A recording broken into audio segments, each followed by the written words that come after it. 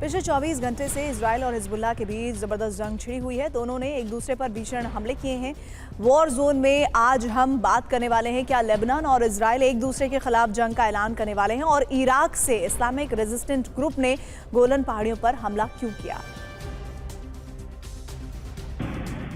Northern Israel के किरियात Simona में Hezbollah ने जबरदस्त मिसाइल हमला किया है। हमले में इजराइल के एक सैनिक की मौत हो गई है, जबकि 8 लोग घायल हुए हैं। ये इलाका सीमा से 13 किलोमीटर भीतर बताया जा रहा है। लेबनान फिलिस्तीन सीमा पर इजराइल के रासनकुरा नेवल साइट पर हिजबुल्लाह ने हमला करके बड़े नुकसान का दावा किया है। हमले में आईडीएफ के सर्विलांस टावर को नुकसान होने की बात कही जा रही है। हिजबुल्लाह ने हमले का वीडियो भी जारी किया है। उत्तरी इजराइल पर हिजबुल्लाह ने भीषण रॉकेट हमला किया है। इजराइल के एयर डिफेंस सिस्टम ने दावा किया है कि ज्यादातर रॉकेट्स को मार गिराया गया है। हमलों से नुकसान की अभी कोई जानकारी नहीं मिली है। इजराइल की सेना ने दक्षिण लेबनान में भीषण हमला किया है। हमले में हिजबुल्लाह की रदवान फोर्स को निशाना बनाया गया है। दावा किया जा रहा है कि रदवान फोर्स के कमांडर और डिप्टी कमांडर की हमले में मौत हो गई है। दक्षिण लेबनान के मारून अल रास में इजराइल की सेना ने बड़ा हमला किया। हमले में कई इमारतें तबाह हो गई। इजराइल का दावा है कि हमला हिजबुल्लाह के ठिकानों पर किया गया। कई लड़ाके भी मारे गए हैं। इराक से इजराइल के कब्जे वाले गोलन हाइट्स पर भीषण हमला किया गया है। इजराइल के सैन्य ठिकानों को निशाना बनाया गया है। हमले की जिम्मेदारी इस्लामिक रेजिस्टेंस फोर्स ने ली है। भारी नुकसान की खबर है। साउथ गाजा के नासिर अस्पताल में 5वें मरीज की मौत हो गई है। गाजा की हेल्थ मिनिस्ट्री के मुताबिक इजराइल सेना के रेड की वजह से पावर सप्लाई ठप हो गई, जिसकी वजह से ऑक्सीजन सप्लाई बंद हो गई। मिनिस्ट्री ने आरोप लगाया है कि इजराइल की सेना के अस्पताल पर हमलों से मरीजों की मौत हो रही है। गाजा में हमास के लड़ाके अभी भी इजराइल की सेना को निशाना बना रहे हैं। हमास लड़ाकों ने आरपीजी से इजरायली सैनिकों को निशाना बनाया और सुरंग में छिप गए। कई इजरायली सैनिक हमले में घायल हुए हैं।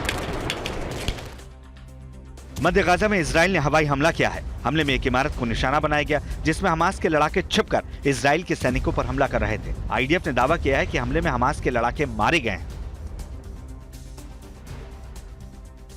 राफा को लेकर बाइडेन नेतन्याहू को बार बार चेतावनी क्यों दे रहे हैं, और मिस्र राफा बॉर्डर पर क्या तैयारियां हो रही हैं। इसके अलावा देखेंगे वेस्ट बैंक और खान यूनिस में आज क्या हुआ है। अमेरिकी राष्ट्रपति बाइडेन ने राफा पर हमले को लेकर एक बार फिर इजराइल को चेतावनी दी है। इजरायली पीएम से फोन पर बात के दरमियान बाइडेन ने कहा कि नागरिकों की सुरक्षा को लेकर योजना के बिना राफा पर हमला ठीक नहीं होगा। अन्य यूरोपीय और इस्लामिक देशों ने भी राफा पर हमले का विरोध किया है। राफा के लोग डरे हुए हैं। नेतन्याहू के आदेश के बाद इजरायली सेना ने ग्राउंड ऑपरेशन भी शुरू कर दिया है। लोगों की चिंता है कि अब वो जाएं तो जाएं कहां। गाजा में युद्ध की शुरुआत के समय इजराइल ने राफा को सेफ जोन घोषित किया था। गाजा के बाकी इलाकों से लोगों ने राफा में ही शरण ली थी। अब इजराइल यहां से भी लोगों को कहीं और जाने को कह रहा है। राफा बॉर्डर से सटे इलाकों में अपनी सीमा में मिस्र शरणार्थी शिविर बनाने की तैयारी कर रहा है, जिससे फिलिस्तीनी लोग इजराइल के हमले बढ़ने की सूरत में यहां रह सके। मिस्र को डर है कि बचने के लिए राफा के लोग सिनाई की तरफ पलायन कर सकते हैं, जिसकी वजह से उसको समस्या हो सकती है। अंतर्राष्ट्रीय दबाव के बावजूद इजराइल के पीएम नेतन्याहू राफा में ऑपरेशन तेज करने पर अड़े हुए हैं। नेतन्याहू ने हवाई हमले के बाद सेना को ग्राउंड ऑपरेशन का आदेश दे दिया है। उन्होंने कहा कि हमास को मिटाने के लिए राफा पर कब्जा जरूरी है। ऑस्ट्रेलिया, कनाडा और न्यूजीलैंड ने एक साझा बयान जारी करके राफा में मिलिट्री ऑपरेशन पर चिंता जाहिर की है। बयान में कहा गया है कि राफा पर हमले विनाशकारी साबित होंगे। इजराइल से ऑपरेशन रोकने की अपील भी की गई है। इससे पहले फ्रांस के राष्ट्रपति मैक्रों ने भी राफा पर हमले को लेकर नाराजगी जताई थी। जर्मनी और इस्लामिक देशों ने भी कड़ा एतराज जताया है।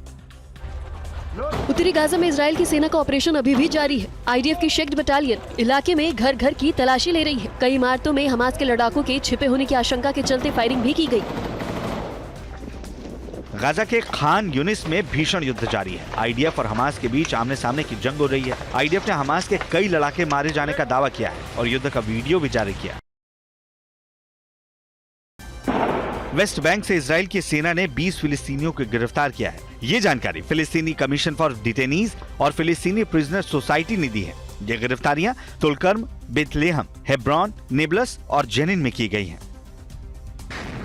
खान यूनिस के बाहरी इलाके में हमास के लड़ाके अब भी एक्टिव हैं। हमास की अल-कस्साम ब्रिगेड ने इजरायली सेना के काफिले पर अटैक किया है। हमले में इजरायली सेना का बुलडोजर तबाह हो गया है। ग्लोबल टेंशन में आज बात करेंगे ईरान और हूती के रिश्तों, रेड सी में ब्रिटिश शिप पर हमले और यमन में प्रदर्शन की। इसके अलावा जानेंगे अमेरिका ने क्यों बढ़ाई प्रशांत महासागर में तैनाती और क्या अजरबैजान आर्मीनिया पर फिर हमला करने वाला है।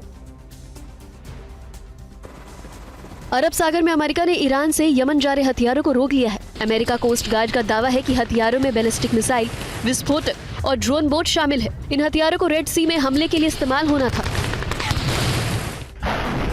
लाल सागर में हूती विद्रोहियों ने ब्रिटिश जहाज पर मिसाइल से अटैक किया। यूके मैरिटाइम ट्रेड ऑपरेशंस ने ये जानकारी दी है।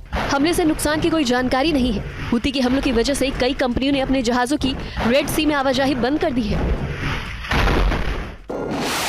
रेड सी में हूती को हमलों के लिए ईरान उकसा रहा है। ईरानी रिवोल्यूशनरी गार्ड कॉर्प हूती को लक्ष्य की जानकारी और सलाह दे रहे हैं। अमेरिका के वाइस एडमिरल ब्रैड कूपर ने ये दावा किया है।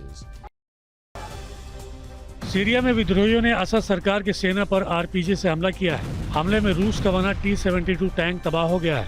रूस असद सरकार को हथियार मुहैया कराता है। फिलिस्तीनियों को लेकर अमेरिका ने बड़ा ऐलान कर दिया है। व्हाइट हाउस के मुताबिक अमेरिका में रह रहे फिलिस्तीनियों को पूरी सुरक्षा दी जाएगी और उनको फिलहाल वापस नहीं भेजा जाएगा। फिलिस्तीनियों के लिए ये व्यवस्था 18 महीनों तक रहेगी। ईरान में संवेदनशील जगहों पर लगातार विस्फोट हो रहे हैं। तेहरान से 30 किलोमीटर दूर केमिकल फैक्ट्री में बड़ा विस्फोट हुआ। अभी नुकसान की जानकारी नहीं मिली है। इससे पहले 14 फरवरी को गैस पाइपलाइन में धमाका हुआ था।